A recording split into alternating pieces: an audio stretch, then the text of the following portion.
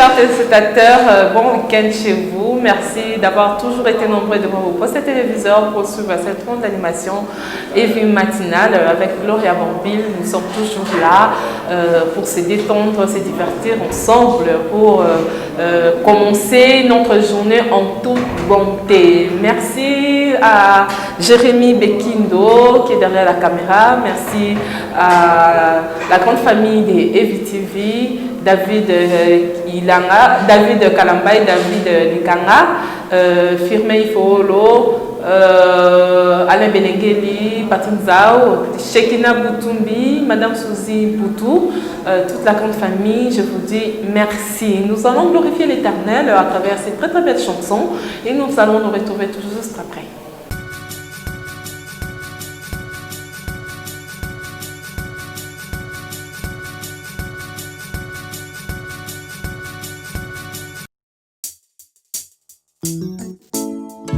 Contentez-vous de ce que vous avez et ne vous promenez pas les regards inquiets, car cela ne plaît pas à Dieu. La comparaison n'est pas raison. Dieu t'a créé différent des autres. Pourquoi envier ce qui se trouve chez ton frère? Contentez-vous de ce que Yahweh vous a donné. Pourquoi faire des soucis pour des choses de ce siècle? Contentez-vous de ce que Contentez-vous. vous a donné. Alléluia. Yes. Oh yeah.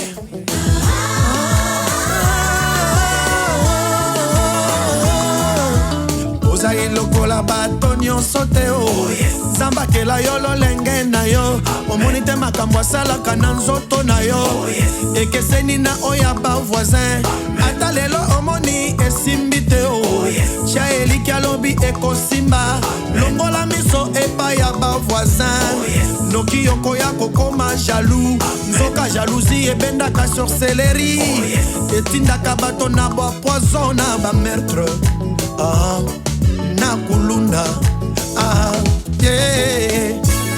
Oh, yeah. Longola mawana elongi na yo. Longola mawana elongi na yo. Basusi ekoki mpe koboma yo. Basusi epesaka pasi na motema. Kondima, Yesu aza na bomoi, ekosimba. Longola miso na yo. Longola miso. Negulusu. Sepela na oyo oza na mo. Sepela. Yeah, yeah.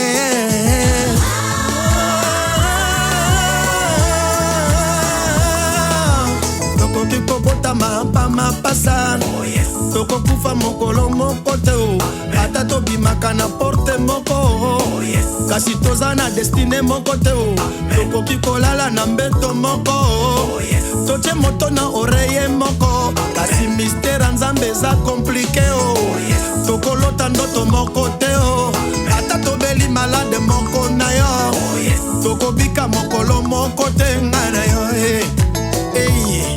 ngai na yo La comparaison n'est pas raison. oui, la comparaison n'est pas raison. Dieu t'a créé différent des autres. Chez ton frère, Dieu t'a créé différent, bien-aimé. vous a donné.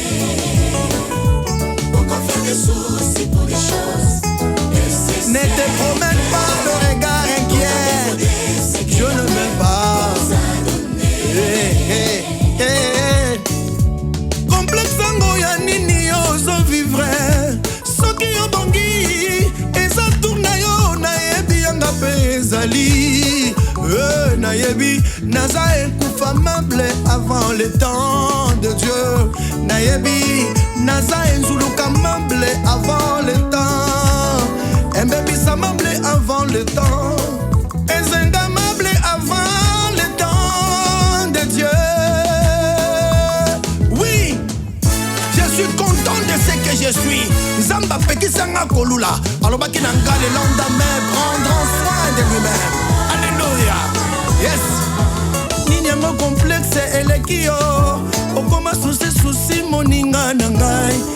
nasepelaka oyo naza nango lolenge ya salanga ebonga na ngai oleki nga na molai oleki nga na pembe oleki nga na monene oleki nga na francais oleki nga na ndako na Gombe naleki yo na Kisenso na Kingasani oza yo nga na zangai tokokoka na te nzambe asala biso différent.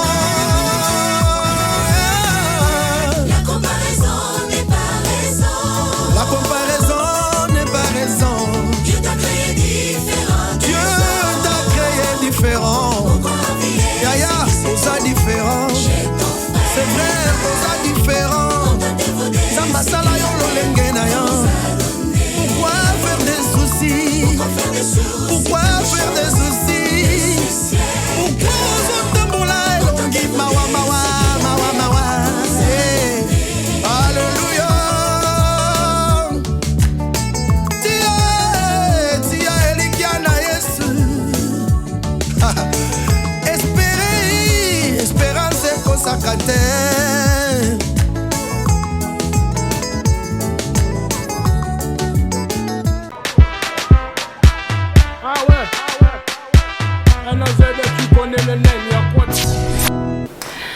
Voilà, cette très belle chanson nous a fait du bien, ça nous a permis d'adorer l'Éternel. Merci beaucoup pour cette chanson. Merci à vous tous qui nous suivez de partout. Mireille Ndogaï, bonjour chez toi. Bonjour à Sandra Sangassam, Charlène Bouikana, bonjour chez toi. Bonjour à toutes les personnes qui nous écrivent, qui nous appellent. Merci de faire toujours pareil parce que nous sommes là pour vous faire plaisir à travers toutes nos rubriques que vous aimez beaucoup. Aujourd'hui, le 19 juin, nous parlons Journée internationale pour l'élimination de la violence sexuelle en temps des conflits. Nous savons tous dans notre pays, il y a eu des conflits par-ci par-là, des conflits armés qui ont entraîné des violences sexuelles. Aujourd'hui, en ces jours où nous commémorons cette journée internationale pour l'élimination de la violence sexuelle en temps de conflit, nous allons essayer de penser, avoir une pensée pour ces mamans, pour ces dames, pour ces jeunes filles qui ont été victimes ou qui sont des rescapés de ces jours. Nous allons essayer de parler de ça ensemble, chercher toujours comment on peut aider ces femmes-là qui ont été victimes de ces violences, de ces jeunes filles qui ont été victimes. Nous allons essayer d'en parler, voir de quelles mesures nous devons nous impliquer, le gouvernement, toute personne impliquée pour éliminer cette histoire parce que ça fait vraiment mal, nous allons en parler. Donc cette journée a été inventée depuis en 2015, l'Assemblée générale des Nations Unies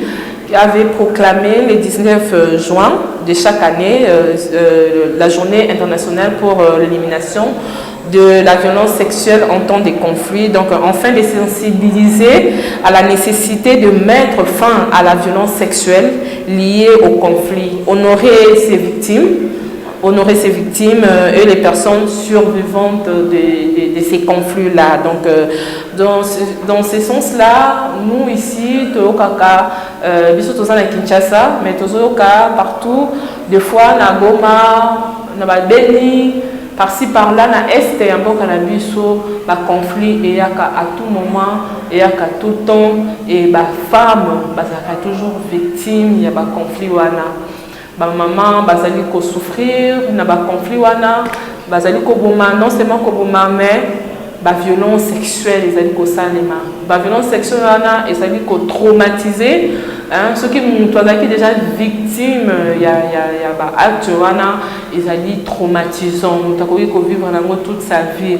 Alors biso bato tozali tout autour de ces femmes là.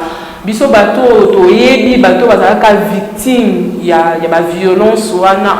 Donc comment est-ce que nous pouvons les aider Hein? Pourquoi, comment est-ce que nous pouvons les aider, comment est-ce que nous pouvons faire pour les honorer, pour na kolongola bango na kati il y a traumatisme wana peut pas retrouver vie na bango normal dans la société, peut pas retrouver estime de soi na bango, pas retrouver ba vie na bango. Donc to sungana, hein? Donc journée oyo et réveiller biso et la musa biso que ici kabiso tozali peut-être au monde mais il y a des associations, il y a des places où les femmes là bazali, hein, et si ka o yebike bana basi oyo ba maman oyo ba jeune fille oyo bazala victime il y a ba violence sexuelle, hein, donc to meka koye ba ndenge ya ko réconforter bango, ndenge ya côté ya bango ya ko aider bango ba s'intégrer dans la société, hein, bossa na makambo oyo eleka pe na bazongela ba vie na bango normal. Biso tozali wana pona komema ko apporter toujours bolamu esika tozali. Ba maman to sungana entre biso to sunga ba maman oyo bazala victime, ba jeune fille oyo pe ba violence wana ebota bana ko aider bango kona bana na bango oyo bazangi ba papa oyo papa na bango akotikala ka koyebana te. Donc tata na bango nde komi biso batu nyonso oyo toyebi bango oyo tozo vivre na bango. Donc to sunga esika oyo moni mutu oyo azalaka victime sunga e ko hésiter ata mukete sunga e ataka kana lipate ata na conseil ata ya ko remonter moral kaka pona azonga à s'intégrer dans la société. Ça sera vraiment une très bonne chose. Apportant de l'aide humanitaire partout où nous sommes. Et donc nous, to aider kaka to kanisaka to eza madame ndenge to kanisaka ba orphelin ndenge to kanisaka les enfants de la rue, mais to kanisaka pe ba maman wana pour tout ceux qui azali déjà détruit moralement et ça passe ma casse. Ata azali kolia azali komela mais ceux qui moral les a détruit et ça dit vraiment pas mutu wana aza na vite azo vivre te. Alors ceux to sungani ceux qui to aider ba maman wana ceux qui to aider ba jeune fille wana, ça sera une très bonne chose nzambe akokanisela yo. Donc cette journée et sunga biso nyonso et sunga ngai na yo tozolanda na banandaku ya ko apporter un pierre en plus. Na basi oyo ba organisme paix international tant nationaux ONG de personnes qui ont de moyens oyo ba linga ko sunga batu. Alors to sunga ba femme o bazala ba victime il y a violence sexuelle ba jeune fille, il y a même des adolescents, hein, ba mineurs oyo bazala victime il y a violence sexuelle to sunga. Et puis le gouvernement na biso donc ça là vraiment effort ya ko battre la maman ko battre la population surtout ba vivaka na ba est et si ka ba conflit armé za la mingi bo sunga bango ke ba violence wana esila to longi suko ka te que une femme a été violée. Nous voulons plus entendre parler des adolescents qui ont été violés, des mineurs qui ont été violés. Nous voulons que cela cesse. Donc tout travailler pour na kolongola makambwana na mboka biso to entendre sous parler yango te ba o bazala déjà victime nango to encourager na bango bazonga dans la société, to encourager bango bazongi la vie na bango ba changer to aider bango et kozala toujours malamu nzambe akopambola biso. Voilà, merci. Je pense que to kibiso na bandaku nous allons souffler un peu, question pour nous de se détendre et nous retrouvons pour continuer notre transformation et vie matinale. Impérateur de la rumba congolienne, fais rigola. Et fuir toi-même est plus profitable que fuir le lion. Adolphe Moute Bachilamwina, Yangoyo. Moya tometalina na pongi, na miso bolingo elalisaki nga libanda. Nyosopo balobaki na ye mabe mingi. Le padre frappe encore. Nakomi omona pasi pona nini yokotala te maoya moninga oyo azali Claude Lukebakweno. Bayanga nanga na mayele kasi soki bolimo ekotrouble ya ngai. Excellence Bonaventure Ngobo. Afrique eza monene, jamais kokokana na bolingo oyo opesaka ngai. Yango napesaki yo motema na nga géré. Général Davira. Soki obebisi nga na bebi obongisi na bongi. Ezala avantage ya ngai na yo Adolphe Pe Moteba. Claude Maluma. Motema na nga epa na yo. Nasala lisusu nini makanisi eselinga na bongo. Jean-Dominique Okemba. Zambé Nzenge. Bosana masotola kanaki ngai na yo. Jean-Sébastien Massiana. Junior Bilumbo. Shilamwina bakonanaka moto boye te. Na maloba bakisa te. Pesa ya tango a se défendre. Kovo masola. Kovo qui sont pas. Kovo masobo ya ngai. Citation na swaki. Jugement par défaut. Mabe Chantal Etumba. Yves Mosengo. Plaidoirie Podomo. Nazo plaide Podomo. Pona boyiba buka basambelela na likambo ya intime. Na incompétence ya bazuzi ya balabala. Na soulever juridiction incompétente. Général Ndenge. Afrique eza monene, jamais kokokana na bolingo oyo opesaka ngai. Yango napesaki yo motema na nga géré. Soki obebisi nga na bebe obongisi na bongi. Ezala avantage ya ngai na yo. Monsieur Laurent Boxon et Bokassa. Birlengedi. Jean-David Kiambote. Sisi Malamba. Oh ya ya el Chilambuina. Colonel Daniel Eco-Force de frappe. Colonel Elvis. Oyebisanga soki bolingo La ville est tranquille. Nasonga nanga mboka baboti banga yo. Mwana moto asale lokote. Oh sina yo taliata simante. Namoni beto elengi mina zozwa pongi. Général Delphin Kaimbi. Kwa mwase utakase na motema. Sandra Mwanza kanga matoi 3 fois carré. Obosani ba bien fait na nga nyonso tu. Rigen Mata.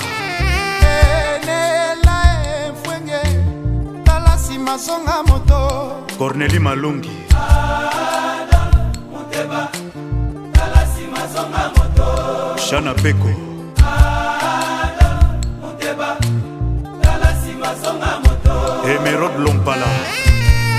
Boss Okito Pandachala. Eric Gaël Miboto. Pamela Sexy.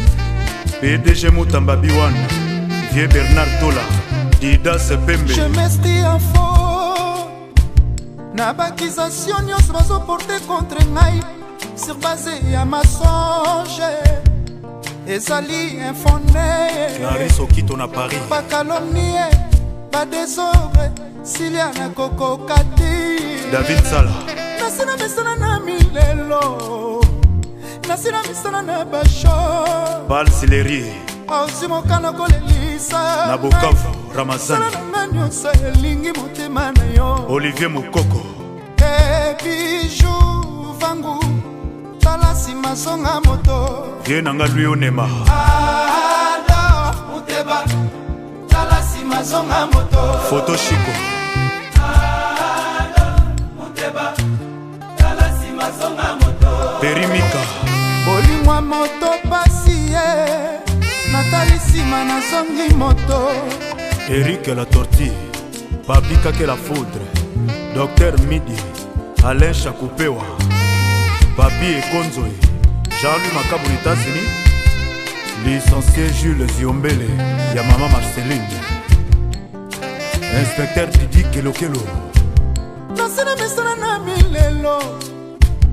Nasina misana na basho. Colonel Donald Yoke. Aosi mokala kolelisa ngai. Sala nanga nyonso elingi motema na yo. Alex Fumuti. Tala sima zonga moto. Didier Ngando. Tala sima zonga moto. Edo Musamba. Ricardo Ngandanga. Ah ouais. Un OZD qui connaît le name, y'a quoi? Voilà, cet élément nous a fait du bien et ça dit que tout se détend vraiment mouqué. À présent, nous entrons dans notre rubrique Bon à savoir. Aujourd'hui, nous allons voir les 10 enfants de la jungle qui ont étonné les scientifiques. Donc, c'est là aussi, va certainement nous étonner. Je vous invite tous à les suivre et nous retrouvons tout juste après.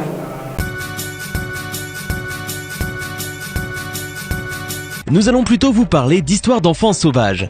Ces récits, qui ont longtemps fasciné et défrayé la chronique, ont d'ailleurs fait émerger plusieurs théories sur l'importance de la vie en société et sur la nature première de l'homme qui, une fois abandonné dans la nature, se transforme en bête. Aujourd'hui, nous nous intéressons à 10 enfants qui ont dérouté les scientifiques. Natasha Mikhailov. En 2009, une fillette de 5 ans a été retrouvée dans une terre agricole abandonnée, entourée de chats et de chiens qui semblaient domestiqués. Les enquêteurs, horrifiés, ont vite appris que la famille de Natasha vivait aussi sur ce terrain. Négligée et livrée à elle-même, la petite fille passe la plus grande partie de sa vie parmi ces animaux, s'adaptant à leur comportement et à leurs habitudes. Les voisins, lorsqu'on leur a demandé de témoigner, ont été consternés et ont déclaré qu'ils ne savaient même pas que la famille avait un enfant chez eux. Actuellement, elle suit un programme de réadaptation et sa famille a été incarcérée pour négligence. Encore aujourd'hui, les spécialistes sont surpris de la manière dont la jeune fille arrive à sauter sur eux comme un chiot. Leur rapport affirme qu'elle n'est toujours pas complètement à l'aise avec les autres enfants et que les lumières vives ainsi que les bruits soudains et forts l'inquiètent. Natasha montre désormais des signes d'affection et de sollicitude et a même réussi à exprimer sa joie en dessinant une fleur pour son professeur d'art.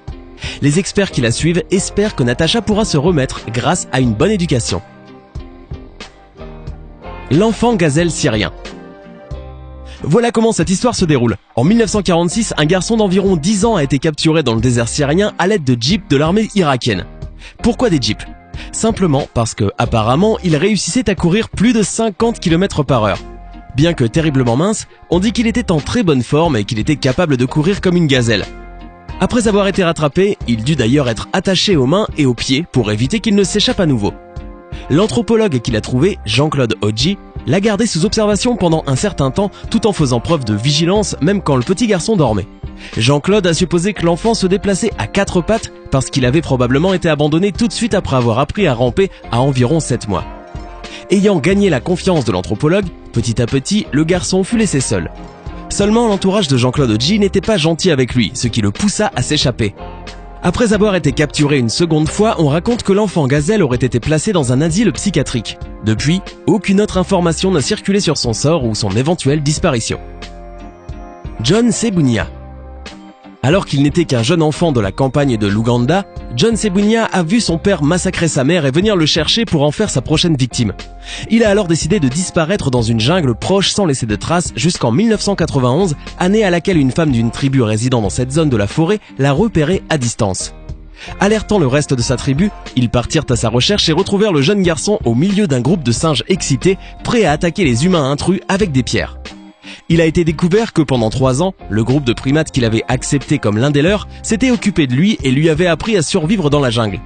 Quand cela leur a été possible, les membres de la tribu ont emmené John dans un orphelinat, où il a montré tous les signes d'un enfant sauvage, des cicatrices sur tout le corps, une façon de se déplacer à 4 pattes ainsi qu'une incapacité à tolérer les aliments cuits. Au fil des années, John s'est adapté aux coutumes humaines, devenant finalement un peu la star de la chorale des enfants de son orphelinat grâce à sa jolie voix. Lorsqu'on l'interroge sur cette période dans la jungle, il parle de l'amour réciproque qui le liait aux singes et évoque le fait qu'il jouait tout le temps. À ce jour, John réside au Royaume-Uni où il a été adopté par une famille aimante qui est loin de lui faire des blagues de singe. C'est un adulte complètement réhabilité qui espère posséder sa propre maison et fonder sa propre famille un jour. Une fin heureuse pour ce garçon. Romulus et Rémus. Ce sont probablement les personnages les plus célèbres de tous car ils ne sont rien moins que les pères fondateurs de Rome. Leur histoire, ce qui les mena à la vie sauvage ainsi que leur rôle dans la fondation de Rome est raconté dans l'Énéide par Virgile. Mythe ou pas, ces personnages historiques sont immortalisés encore aujourd'hui par une sculpture emblématique installée en plein cœur de la ville. Contrairement à ce que l'on raconte souvent aux enfants, ces deux-là ont été trouvés et pris en charge par un gentil berger et sa femme et non par une louve. Ils ont grandi dans ce foyer où leur destin était de devenir bergers comme leur père adoptif. Mais comme c'est le cas pour beaucoup d'icônes de la mythologie romaine, leur vrai père était en fait un dieu. Il s'agissait de Mars, le terrifiant dieu de la guerre. Des années plus tard, Rémus et Romulus décidèrent de fonder une ville. Rémus se plaça sur l'Aventin tandis que son frère, Romulus, choisit le mont Palatin. Pour savoir à qui reviendrait le droit de nommer et de gouverner la future ville, ils interrogèrent les dieux en observant le vol des oiseaux. Rémus aperçut 6 vautours alors que son frère jumeau en vit 6 de plus. Romulus commença donc à construire la ville en traçant les frontières, mais Rémus se rebella. Un combat débuta entre les deux frères se terminant par la mort de Rémus. On raconte que Romulus, pris de remords, l'enterra sur l'Aventin. Romulus donna ensuite son nom à la ville mythique qu'il venait de fonder, Rome. Victor d'Aveyron. Victor d'Aveyron, enfant sauvage de France, capturé par des chasseurs dans les années 1800, était âgé d'environ 12 ans selon les estimations de l'époque. Cet enfant, qualifié de bizarre, se distinguait par son incapacité à parler, par ses préférences alimentaires, mais également par les nombreuses cicatrices sur son corps. Ces dernières firent penser à certains qu'il avait dû passer la majeure partie de sa vie dans la nature avant d'être repéré dans les bois en 1797, puis de refaire surface près de Saint-Simon en France en 1800, là où il fut capturé. Il fut alors le sujet d'études favori de nombreux scientifiques et philosophes qui, emportés par l'engouement pour la littérature romantique, pensaient pouvoir lui inventer une biographie. Finalement, le docteur Itard le prit sous son aile et travailla avec le garçon pendant 5 bonnes années en tentant de le rééduquer. Une mission qui échouera puisque, pour finir, Victor n'arrivera à prononcer que quelques mots mais ne parlera jamais. Il réussira aussi à manipuler quelques objets et apprendre certains gestes mais demeurera complètement inadapté sur le plan social. Alors que Victor a vécu une vie tranquille jusqu'à ses 40 ans, âge de sa mort, l'histoire de cet enfant sauvage au destin extraordinaire permettra de relancer le débat sur le retard mental. Qu'est-ce qui est inné et qu'est-ce qui est acquis? Une question longtemps traitée par le docteur Jean Itard, dont l'apport pour le développement des personnes souffrant de retard et l'éducation spécialisée continue d'aider les spécialistes encore à ce jour. Kaspar Hauser. Ayant défrayé la chronique dans toute l'Europe, cette étrange histoire commence le 26 mai 1828 à Nuremberg. Ce jour-là, 2 artisans sont abordés par un jeune homme dépenaillé, sale, hirsute, avec l'air épuisé et hébété et ne s'exprimant que par borborigme. Ce dernier leur tend une enveloppe adressée à Monsieur le capitaine commandant le 4e escadron du 6e régiment de chevaux légers et contenant 2 billets. Le premier est signé d'un pauvre journalier qui indique avoir élevé secrètement l'enfant appelé Kaspar Hauser à la demande de sa mère qui le lui aurait confié quelques mois après sa naissance. Il parlait du bon caractère de Kaspar et mentionnait également la volonté de l'enfant d'être comme son père. Si ce n'était pas possible, il fallait le tuer. Le second est signé de sa mère qui précise qu'il est né le 30 avril 1812 et demande à ce qu'il soit envoyé au 6e régiment de chevaux légers où son géniteur, dont le nom n'est pas mentionné, aurait servi. Les lettres créent un mystère immédiat autour des origines de Kaspar Hauser. Mais le capitaine de la cavalerie suspecte une supercherie, ayant remarqué que les 2 billets étaient écrits de la même main. L'adolescent de 16 ans, incapable de fournir la moindre explication, sera donc mis sous les verrous pour finalement être recueilli quelques mois plus tard par l'un de ses geôliers. Quelques années plus tard, il sera poignardé à mort au milieu d'un parc à l'âge de 21 ans. Kamala et Amala. Kamala et Amala, 2 filles respectivement âgées de 8 ans et de 18 mois, ont été retrouvées à Midnapore, dans le Bengale occidental en Inde, en 1920. Elles sont de loin l'un des cas les plus intéressants, les plus controversés d'enfants sauvages enregistrés jusqu'à présent. L'année où elles ont été découvertes, il y avait beaucoup de rumeurs concernant 2 esprits aperçus en train de courir avec des loups, ce qui terrorisait les villageois de la région. Un missionnaire en charge de l'orphelinat local, le révérend Joseph Singh, a décidé de voir par lui-même d'où venait cette agitation. Pour ce faire, il est resté caché durant 2 nuits dans un arbre jusqu'à ce qu'il ait finalement aperçu ce qu'il a décrit comme une révulsion totale de filles agissant de façon inhumaine. Le révérend avait de faibles moyens et était incapable de communiquer avec les filles. Après leur capture, il réussit seulement à leur faire accepter leur nouvel environnement. À peine avait-il réussi à les réhabiliter, la plus jeune, Amala, mourut subitement d'une infection rénale en 1921. Cela provoqua un changement chez son aîné Kamala qui cessa lentement d'avoir peur des humains et de son nouvel environnement. Sans sa sœur, elle apprit finalement à parler, à lire et à marcher debout, ne se déplaçant de nouveau à 4 pattes que quand elle voulait aller plus vite. Malheureusement, Kamala mourut de la tuberculose en 1929. Mémie Leblanc. Et maintenant, la cerise sur ce gâteau. C'est l'histoire d'une petite fille noire qui a été découverte en France rurale en 1731. Elle dormait à la campagne et portait avec elle un bâton qu'elle utilisait pour se défendre. Elle a été attirée dans le village par des fruits et des baies, puis capturée par les villageois en un rien de temps.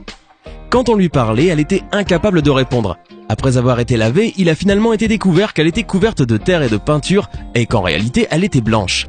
Elle était remarquable dans sa capacité d'adaptation et dans son sens de la survie. Envoyé à la ville pour être éduqué, Mimi apprit le français, langue qui deviendra sa langue maternelle, et finit par perdre toute trace de comportement sauvage. Quand elle le put, elle laissa entendre qu'elle avait été kidnappée et mise sur un bateau qui avait fait naufrage. Réussissant à nager jusqu'au rivage, elle s'est retrouvée à Sonji, dans la Marne.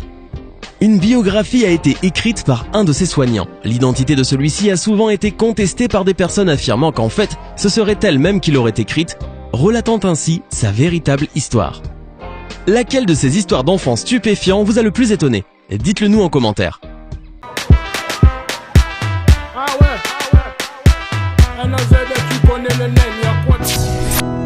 Voilà, là nous venons de suivre les 10 enfants de la chaîne qui ont étonné même les scientifiques.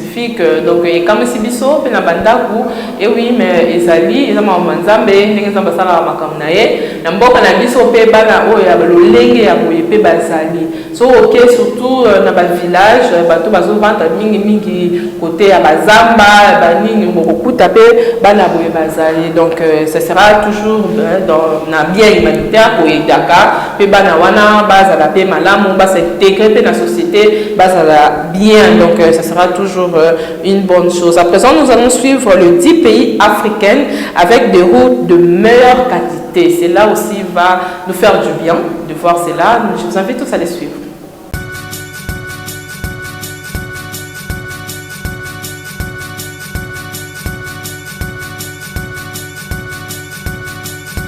Labs vous présente les chefs d'État qui ont été tués ou qui ont démissionné de leurs fonctions depuis 2009 en Afrique.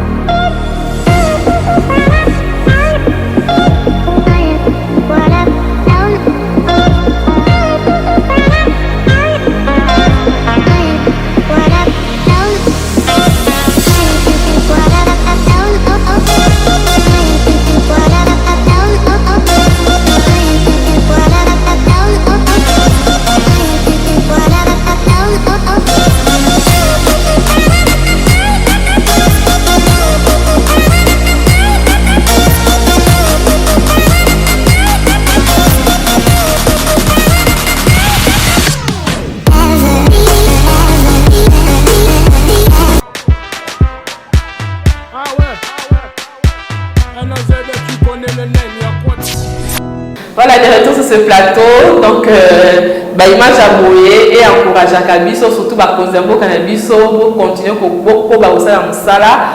Donc, l'eau, banzela, nambo cannabis, salemi. Mais, tu encourager, au monde, babino, banzela, il y a qualité, autorité Kolanda. Donc, et encourager, tout travailler. Si ils allaient quitter, et ça toujours pendant le coup, il y a un beau cannabis. À présent, nous allons découvrir le jardin extraordinaire. C'est là aussi va nous faire énormément plaisir. Nous allons tous ensemble découvrir et nous nous retrouvons tout juste après.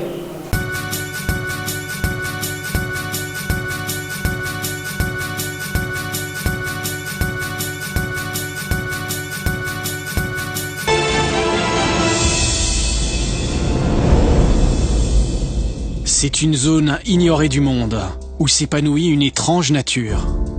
Des poissons qui sortent de l'eau et marchent sur terre. Des oiseaux qui semblent parler.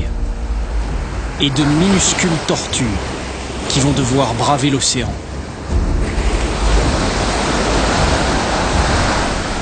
Le tout construit par de formidables trompes d'eau qui rugissent en permanence. Bonsoir et bienvenue au pied des chutes de Zongo. Ce soir, votre jardin extraordinaire commence ici, sur la rivière Inkisi. Le moindre petit coup de vent trempe les spectateurs de ce fascinant spectacle de ce cours d'eau. Et le moindre petit rayon de soleil fait apparaître des arcs-en-ciel dans ses gouttelettes. Cette rivière, sa puissance saute aux yeux. Elle est pourtant naine par rapport au fleuve qu'elle va rejoindre dans quelques kilomètres, puisqu'à l'endroit où elle se jette dans le fleuve Congo, eh bien celui-ci débite à 40 000 mètres cubes à chaque seconde. C'est comme si vous preniez le cours de la Meuse et que vous le multipliez par 100. Une telle puissance qui creuse au moment où le fleuve se jette dans l'Atlantique une fosse de près de 1000 mètres de profondeur. C'est là aussi que se crée un milieu fascinant que nous allons explorer ce soir, les mangroves du fleuve Congo. Un milieu que les scientifiques ne connaissent pas encore parfaitement, qui recèle encore bien des mystères et où viennent se déposer ce que le fleuve a charrié tout au long de son cours, qui est particulièrement long puisqu'il fait plus de 4500 km. Il prend sa source au cœur de l'Afrique, à plus de 1700 mètres d'altitude, dans la province du Katanga, au sud de la République démocratique du Congo. C'est d'abord une toute petite rivière, mais rejointe progressivement par beaucoup d'autres, elle devient le deuxième cours d'eau le plus puissant de la planète. Dans son parcours, le fleuve Congo décrit une large boucle dans une gigantesque forêt équatoriale qui héberge une faune incroyable, dont les plus proches cousins de l'espèce humaine. Dans un pays sans route, c'est aussi une artère vitale pour les hommes. Le gigantesque cours d'eau traverse d'abord Kisangani, puis va séparer Kinshasa et Brazzaville, les deux capitales d'État les plus proches du monde. Le fleuve reste tumultueux jusque Matadi et finalement s'apaise. Avant de terminer sa course dans l'océan Atlantique, il dessine une mosaïque d'îlots et de canaux. Bienvenue tout au bout du fleuve Congo, dans les mystérieuses mangroves du parc marin.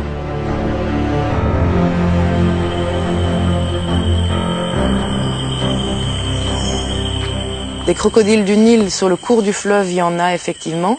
Il y en a ici à une quarantaine de kilomètres, mais dans la mangrove même, là où on se trouve, il n'y en a pas. Et disons que s'il y en avait, on n'aurait pas un kayak gonflable.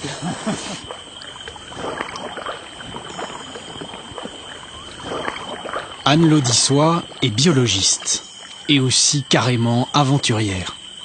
Son moyen de déplacement favori dans les mangroves, ce sont ces petits canoës gonflables. Chaque matin, avant le lever du soleil, elle pagaie jusqu'à ce lac situé au centre du Nil et tend l'oreille. Pour le moment, les oiseaux ne sont encore que des silhouettes. Donc là, je viens les compter tous les matins. Donc là, on est juste sur un espace. Voilà, il y en a encore 4 qui passent. Je regarde à quelle heure ils décollent tous et puis je regarde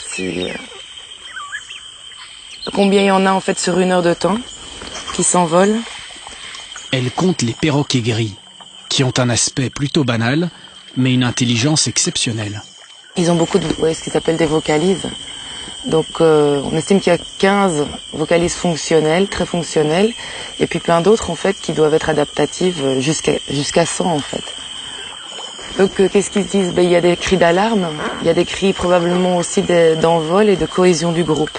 Ça on sait qu'il y en a des couples puisqu'ils sont monogames en fait.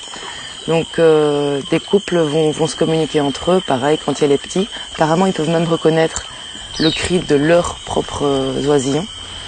Donc c'est surtout pour cohésion sociale et alarme, bien entendu. Ici, il y a des prédateurs, il y a quelques vautours qui traînent autour du lac. Et systématiquement, il y en a qui attaquent. D'ailleurs, il y en a un qui est posé là-haut. Déjà au temps de l'Antiquité, les perroquets étaient capturés et envoyés vers l'Europe. Mis en cage pour leur capacité à imiter des mots ou des phrases entières et capables de les replacer au bon moment. Une intelligence qui, paradoxalement, menace leur survie. Chaque année, des dizaines de milliers de perroquets sont exportés illégalement vers l'Europe. Si on veut donner des chiffres, en gros, ce qui est saisi chaque année dans des aéroports en Europe, c'est plus ou moins de l'ordre de 100 000. Et on estime qu'ici, du Congo, c'est le deuxième exportateur, avec 46% quand même des exportations. Et les plus grands importateurs, c'est les Pays-Bas et la Belgique et l'Afrique du Sud. Si ce dortoir à perroquets est préservé, c'est qu'il se situe au cœur même des mangroves et que l'accès à ces îles est particulièrement difficile. En réalité, ce ne sont même pas de véritables îles. Il n'y a pas 1 centimètre carré de terre en surface. Ce sont uniquement des arbres qui poussent sur l'eau. Pour y accéder, il faut se glisser entre des racines qui tombent du ciel. Ces arbres ont trouvé des stratégies pour conquérir le milieu aquatique.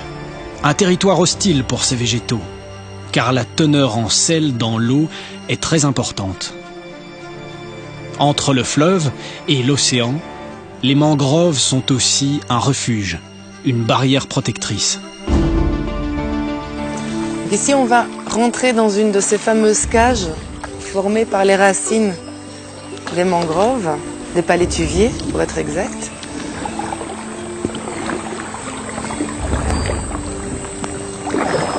Donc les poissons viennent frayer, les alevins sont ainsi protégés des prédateurs.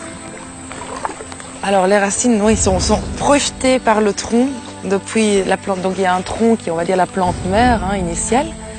Et elle projette des racines adventives, des racines aériennes, vraiment comme des échasses pour se maintenir aussi, pour bien s'ancrer, puisque en fait, au départ, il y a pas vraiment de sol. Donc tu as une plante qui va tomber et qui va commencer à donner naissance à un arbre.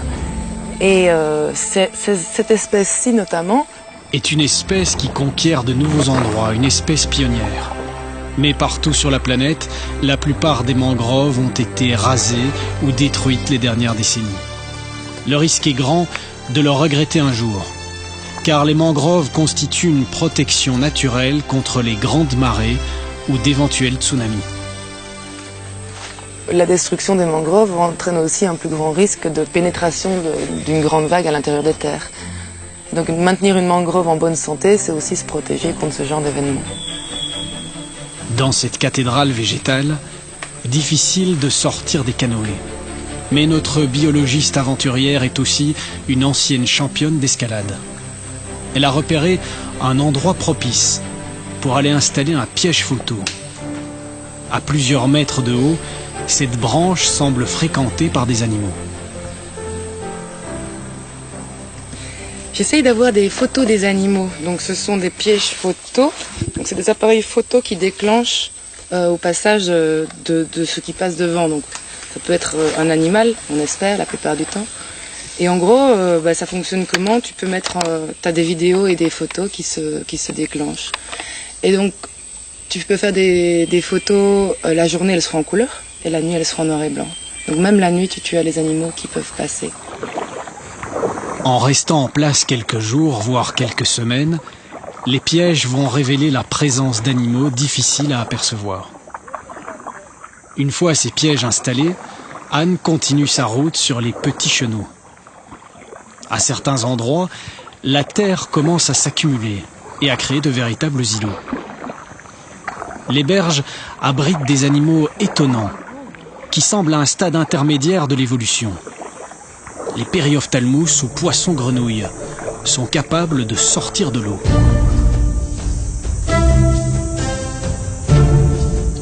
C'est un poisson qui marche sur ses nageoires pectorales, qui marche hors de l'eau, qui peut passer beaucoup de temps, jusqu'à 24 heures hors de l'eau. Parce que de nouveau, il vit dans un environnement hostile, mais ils ont développé des adaptations physiologiques assez impressionnantes.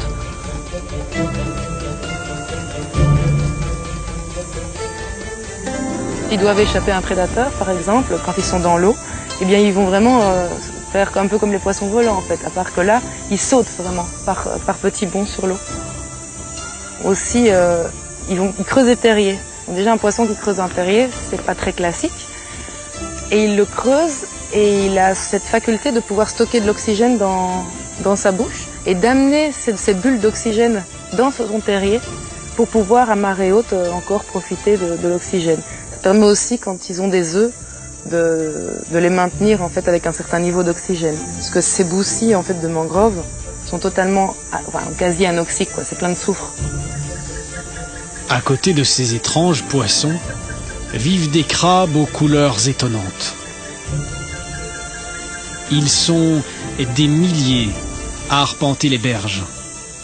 À première vue, le spectacle est même un peu inquiétant.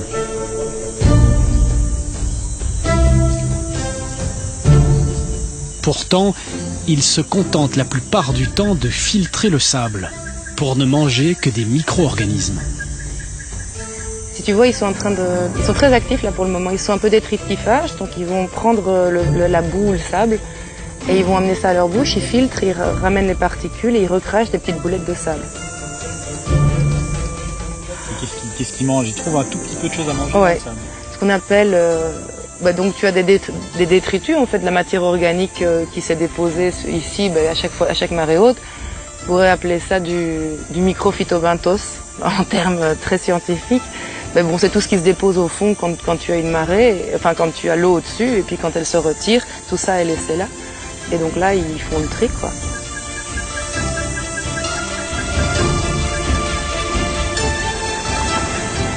Quelques jours plus tard, à la paillote qui lui sert de bureau, Anne branche les pièges photos qu'elle a récupérés. Les placer au bon endroit est extrêmement difficile. Mais les résultats peuvent révéler des animaux qu'on voit rarement d'aussi près dans la végétation dense des mangroves. Les pièges photos nous aident à étudier des animaux que l'on ne voit pas nécessairement ou qu'on voit de loin mais jamais de près. Et donc en plaçant les pièges photos dans des endroits où ils passent, il y a forte chance qu'on ait l'animal en train de faire un sourire à la caméra. Sur les derniers mois, il y a eu le singe, un singe qu'on avait déjà vu et qu'on voit de manière furtive quand on se déplace, mais qu'on n'avait jamais vu de près. Et donc ce singe, c'est un Cercopithèque ascagne. Et puis il y a le vautour, un vautour palmiste, qui est très abondant ici, mais qui est protégé par la loi congolaise. Une bien belle moisson, mais c'est un piège tourné vers l'eau qui va révéler les images les plus exceptionnelles, bien qu'il faille les décrypter. Ce mouvement furtif, c'est celui d'un lamantin qui vient respirer en surface. Un mammifère marin qui vit dans ces eaux tellement troubles qu'on ignore à peu près tout de cette espèce. Des images fugaces qui devront être confirmées pour certifier la présence des lamantins au parc marin des mangroves. Le bureau de Anne est basé sur une île entièrement recouverte de coquillages. Ils sont tellement nombreux qu'ils rehaussent le niveau du sol, tapissé de ces coques nacrées. C'est le fruit d'une longue tradition. Les coquillages sont bouillis puis ouverts, enfilés sur des brochettes et amenés au marché voisin avant d'être vendus pour quelques francs congolais. Cette pêche est pourtant un travail de forçat. Chaque matin sur le fleuve, les pêcheurs et surtout les pêcheuses, car c'est plutôt une activité de femmes, plongent à plusieurs mètres de fond, dans un courant fort et une eau boueuse sans visibilité, pour remonter ces coquillages, source de revenus pour les rares habitants du coin. Les habitants des mangroves ne craignent pas pendant la pêche les crocodiles. Ils se méfient en revanche des derniers hippopotames. Fini les canoës gonflables, trop dangereux. Notre embarcation a changé. Car même en restant à distance, notre guide, Luis Ngueli, se méfie. Réputés dangereux et imprévisibles, les hippopotames sont craints. Et le nom du grand mâle n'inspire pas la confiance. On est sur le secteur avec les tout derniers hippopotames du parc marin des mangroves. Il serait encore 4 ou 5.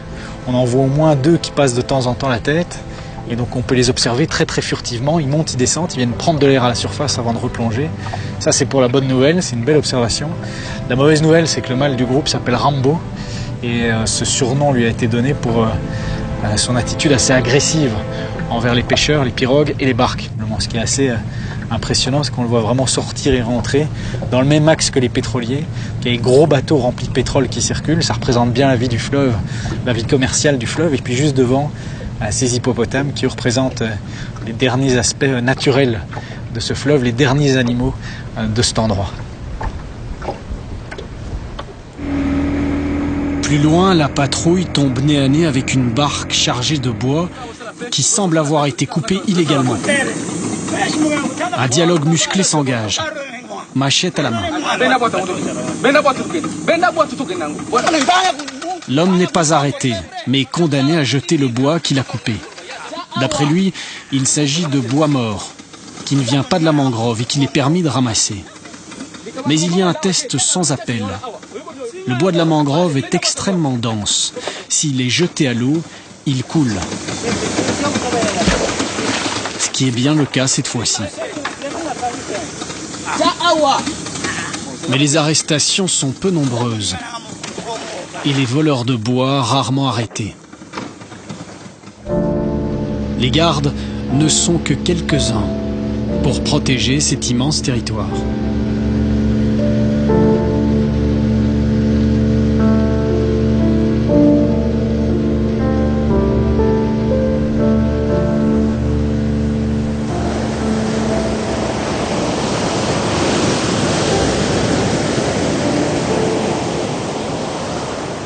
À cette époque de l'année, les gardes travaillent sans relâche.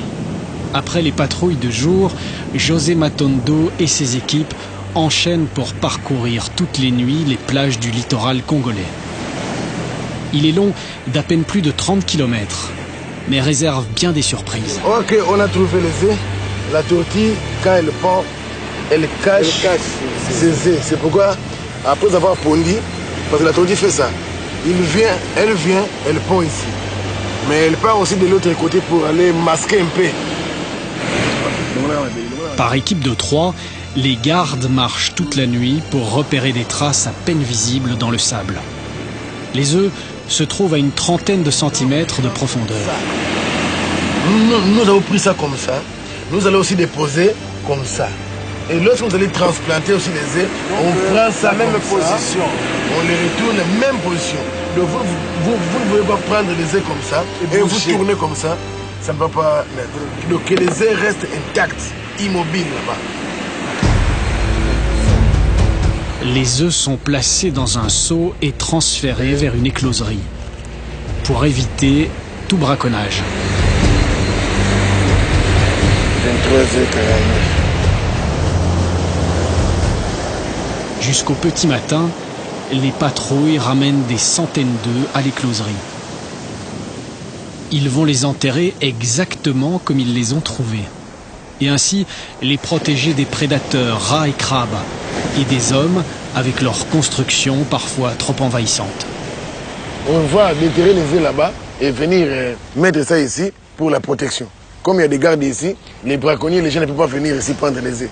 Et par là, on va les arrêter. Puis quand les bébés vont sortir, on prend les bébés, on les fait retourner à l'océan. Ici, les œufs sont aussi à l'abri des marées. Car les constructions, parfois illégales, empiètent tellement sur la plage que les tortues n'ont plus de place où pondre.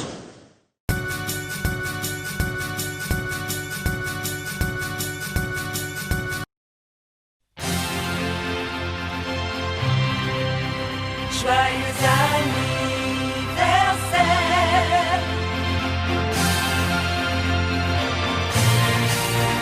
Joyeux anniversaire pour ton anniversaire. On fera tout pour te plaire.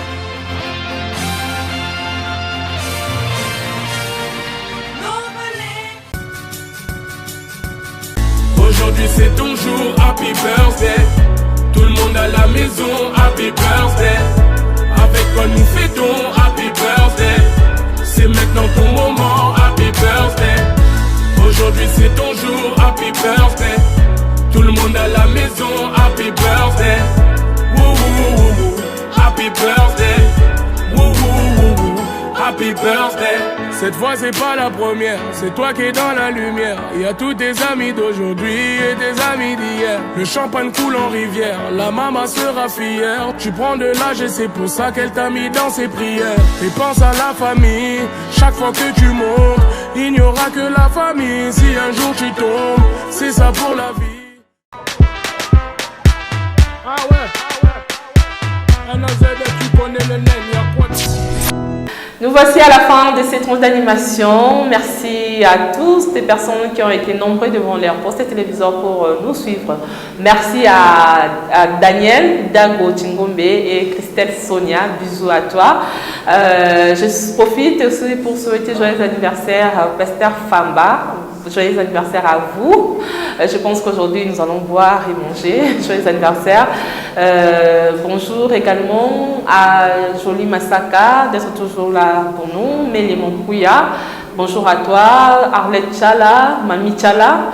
Bonjour chez toi. Merci également à l'équipe technique qui nous a accompagnés ce matin. Merci à Jérémy Bekindo. Merci à David Likanga, David Kalambay. Merci à Firme Foolo, Waterlo Kibangola, Shekina Boutumbi, Madame Souzine Poutou, Monsieur Semben Bouma qui est le DG de EVTV. Gros bisous à Joyce et Bessie Moujane et nous nous retrouvons certainement la semaine prochaine. Au revoir.